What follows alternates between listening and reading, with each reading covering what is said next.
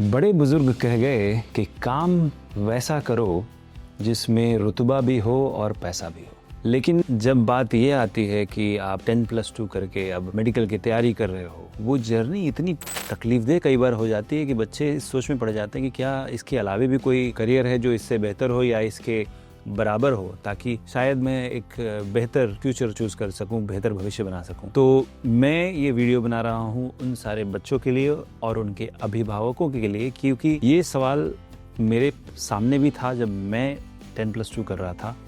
और मैं आपको बता दूं कि उस ज़माने में मैंने भी मेडिकल क्वालिफाई किया था, लेकिन मैंने डॉक्टरी नहीं की, मैंने बायोटेक को चूज़ किया।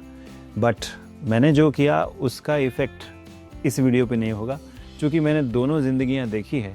इसलिए मैं आपको आज बताने जा रहा हूं कि क्या फ़ायदा है मेडिकल डॉक्टर बनने का और क्या फ़ायदा या नुकसान है एक बायोटेक्नोलॉजिस्ट, बायो प्रोफेशनल बनने का। तो शुरुआत इस चीज़ से करते हैं कि जब हम किसी प्रोफेशन के बारे में जानते ही नहीं हैं तो फिर हम उस पर कमेंट नहीं करते। तो कई बार बहुत सारे आपके मित्र होंगे या रिश्तेदार होंगे, उनको बायोटेक के बारे में बिल्कुल भी पता नहीं होगा। तो जब उन्होंने सिर्फ एक मेडिकल डॉक्टर को देखा होगा और देखा होगा कि वो कितने पैसे कमा रहा है, उनको ये नहीं दिखता है कि वो कितना मेहनत कर रहा है, लेकिन हाँ उनको ये दिखता है कि वो कितने पैसे कमा रहा है। तो लोग ये सोचते हैं कि अरे मेडिकल डॉक्टर बनने से, एक डॉक्टर बनने से आप बहुत पैसे कमा सकते हो।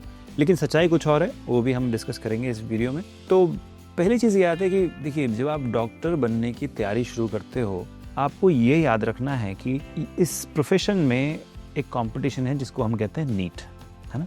हमारे समय में वो प्री मेडिकल टेस्ट था, अभी नीट कहते हैं। तो अब इसमें क्या है, जब आप नीट क्वालिफाई कर जाते हो तो आपके पास 80,000 सीट्स है, उसमें से आप चूज़ करोगे, काउंसलिंग के थ्रू होगा। लेकिन आपको पता है कितने लोग लिखते हैं? 16 लाख लोग नीट एग्ज़ाम लिखेंगे इस साल, शायद ज़्यादा ही।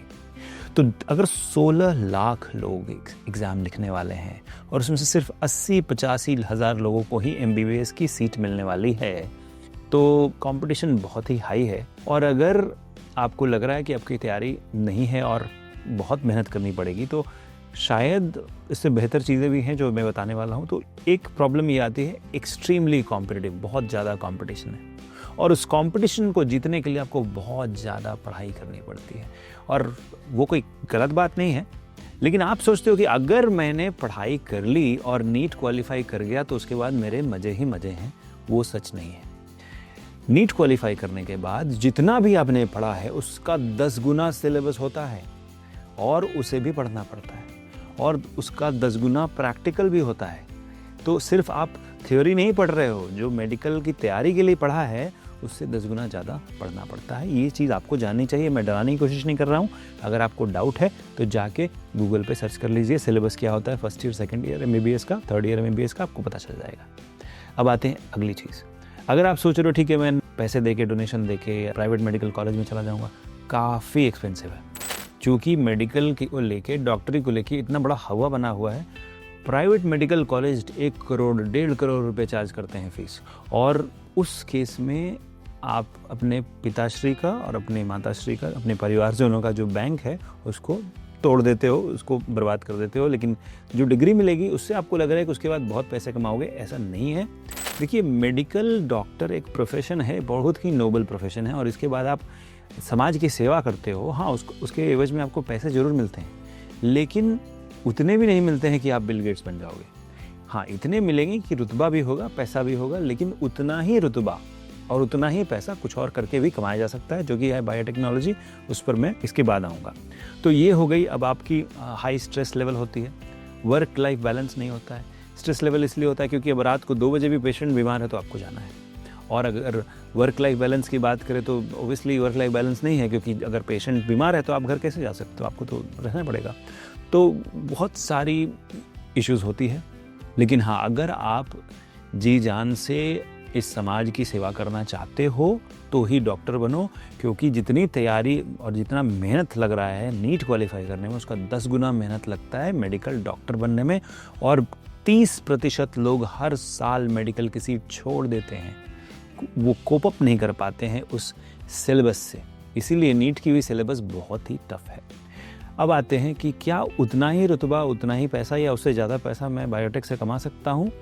तो जवाब है हाँ। लेकिन कैसे, अब मैं बताता हूँ। देखिए, बायोटेक्नोलॉजी के बारे में मैं सिर्फ इतना ही एक सिंपल भाषा में, एक लाइन में आंसर करूँगा कि जब कोरोना पैंडेमिक आया था, कोरोना वायरस सब जगह फैल रहा था, तो डॉक्टर तो हमारे पास सभी जगह थे, है ना?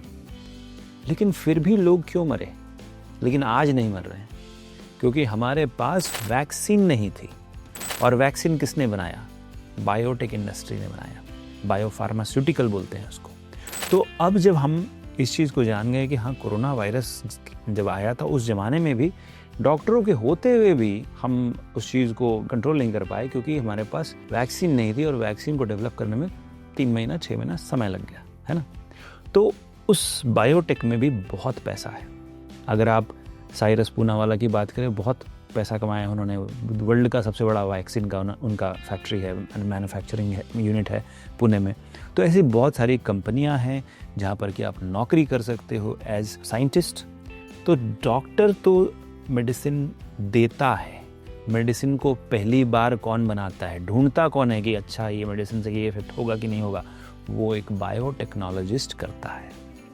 अब आप ऐसे सोचिए कि अगर बायोटेक्नोलॉजिस्ट नहीं होंगे तो डॉक्टर के पास मेडिसिन नहीं होगी। तो इसीलिए हमारे पास बायोटेक्नोलॉजिस्ट की भी बहुत ज़्यादा डिमांड है और रुतबा भी काफ़ी है, इज्जत भी काफ़ी है, क्योंकि वो जो करता है वो कोई नहीं कर सकता।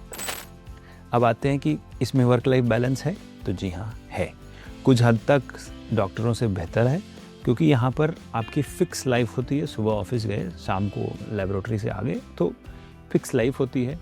ऐसा नहीं होता है कि अनप्रिडिक्टेबल है कि पता नहीं अब कल क्या होगा, पेशेंट मरेगा या जिएगा हमें नहीं पता, ऐसा नहीं होता है। तो काफ़ी प्रिडिक्टेबल लाइफ होती है, स्टेबल लाइफ होती है। अगर आपको लग रहा है कि मेडिकल में काफ़ी मेहनत करना पड़ेगा, तो बायोटेक भी एक अच्छा ऑप्शन है।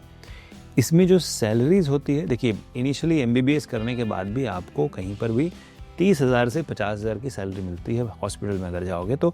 और जब तक आपने MD नहीं किया है, MS नहीं किया है, जब तक आपने आपका जो मास्टर्स होता है MBBS के बाद का वो नहीं किया है, तब तक आपको अच्छी सैलरी नहीं मिलेगी, जो कि 1.5 लाख 2 लाख तक जाती है पर महीने।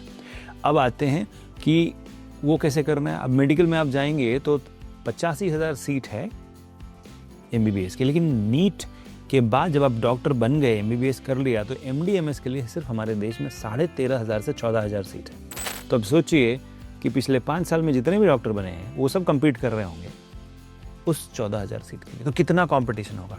तो MD MS बनना आसान नहीं है, और जब तक आप MD MS नहीं करोगे तब तक आप एक जूनियर डॉक्टर कहे जाते हो। जैसे कि जब आप बायोटेक में BSc MSc करते हो, एक जूनियर साइंटिस्ट कहे जाओगे, धीरे धीरे आप सीनियर बनते हो। तो वहाँ पर भी सैलरी ऑलमोस्ट सेम है, 30,000 से लेके 50,000 तक जाती है। हाँ, जब आपने PhD कर लिया तो 80,000, 1 लाख, 1.5 लाख, ये 24 लाख से लेके 2 करोड़ तक की सैलरी जाती है बायोटेक्नोलॉजी में। और मेडिकल में भी उतनी ही जाती है, ऐसा नहीं है कि उसमें बहुत ज़्यादा है, इसमें बहुत कम है, दोनों में बराबर है।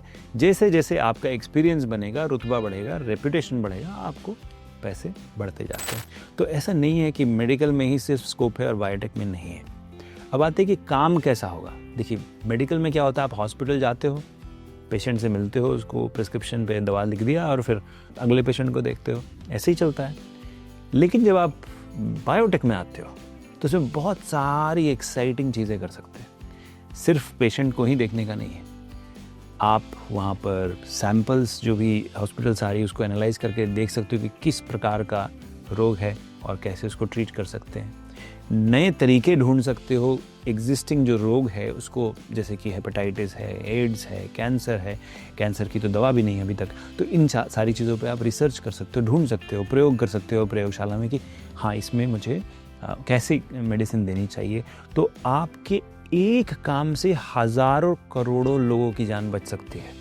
तो वहाँ पर पे इम्पैक्ट सेम ही हुआ, जितना आप मेडिकल में कर रहे थे 100 लोग को देख के, यहाँ पर 1000 करोड़ लोग को आप एक मेडिसिन बना के कर सकते हो। अब आते हैं अगली चीज़, चूँकि आपने वो मेडिसिन बनाया या उस मेडिसिन को बनाने में कंट्रीब्यूट किया, तो अब जिस कंपनी में आप काम कर रहे हो वो आपको कहीं जाने देगी नहीं, क्योंकि आप ही नहीं बनाया, आप ही अगला मेडिसिन भी आप ही बनाओगे, तो आपको अच्छी सैलरी मिलती है। अब सिर्फ मेडिसिन की मैंने बात की, बायोटेक में आप खाने पर भी प्रयोग कर सकते हो। अब जैसे आपने देखा होगा कि आज से 25-30 साल पहले पैकेज्ड फूड उतनी सारी नहीं थी। आज तो आपको आटा भी, आशीर्वाद आटा और कितने सारे बाबा रामदेव का भी आटा है, तो वो पैकेट आता है लेकिन ख़राब नहीं होता है, उसमें कीड़े नहीं लगते हैं। तो उसके पीछे क्या हुआ? Food technology. हमने फूड पे एक्सपेरिमेंट किया कि कैसे इसको ज़्यादा दिन तक ठीक रखें बिना ख़राब हुए, लेकिन ऐसा कोई केमिकल ना डाल दे जिससे कि इंसान खा के मर जाए या कैंसर हो जाए। तो उस चीज़ पर जो रिसर्च होती है उसको बोलते हैं फूड टेक्नोलॉजी। तो एक बायोटेक्नोलॉजिस्ट फूड टेक्नोलॉजी में भी जा सकता है। अब आते हैं अगली चीज़ पर। आपने देखा होगा कि घर में वाटर फिल्टर होता है, क्योंकि पानी गंदा आ रहा है तो उसको साफ़ करने के लिए, है ना। तो गंदगी और पोल्यूशन तो हर जगह है, लेकिन अगर उसको कंट्रोल नहीं किया जाए तो उस पर भी रिसर्च एक बायोटेक्नोलॉजिस्ट ही करता है कि कैसे हम समाज में पोल्यूशन को कम करें, पानी गंदा नहीं हो उसके लिए क्या करें, कैसे पानी को साफ़ रखें और कैसे टेस्ट करें कि वो पानी सच में ख़राब है कि अच्छा है। बहुत सारी चीज़ों पर एक बायोटेक्नोलॉजिस्ट काम कर सकता है। तो ऐसा नहीं है कि सिर्फ आप मेडिकल डॉक्टर बन के ही आगे बढ़ सकते हो, आप एक बायोटेक्नोलॉजिस्ट बन के भी समाज में बहुत सारे कंट्रीब्यूशन कर सकते हो, अच्छा पैसा भी कमा सकते हो। और अब सवाल आता है कि किस कॉलेज में एडमिशन लें ताकि उस जगह पे पहुँचें।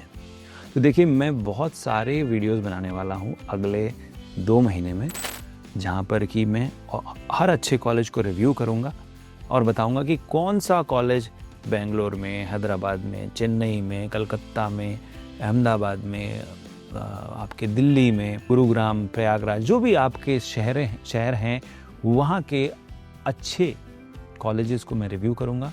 तो अगर आप बायोटेक्निका हिंदी पर सब्सक्राइब कर लें तो आपको जल्दी से जल्दी नोटिफिकेशन आ जाएगा जब भी ये वीडियोज़ रिलीज़ होगी। और हाँ, अगर आपको कोई क्वेश्चन है कि हाँ किस कॉलेज में पढ़ना चाहिए, या और कुछ सवाल है कि मेडिकल वर्सेस बायोटेक कौन सा बेहतर रहेगा, तो आप उसको कमेंट सेक्शन में ज़रूर लिखिएगा। मैं आपके हर कमेंट को ज़रूर पढ़ूंगा और अगर हो सके तो या तो वहीं पर रिप्लाई कर दूंगा या फिर मैं एक अलग से वीडियो बना दूंगा। तो इस वीडियो को देखने के लिए बहुत बहुत धन्यवाद, और मैं चाहूँगा कि आप हमारे परमानेंट सब्सक्राइबर बने। और अगर आपको कोई करियर गाइडेंस क्वेश्चन है तो आप मुझे ईमेल भी कर सकते हैं shekhar@biotechnica.org। धन्यवाद, आपको मिलते हैं अगले वीडियो में। Thank you.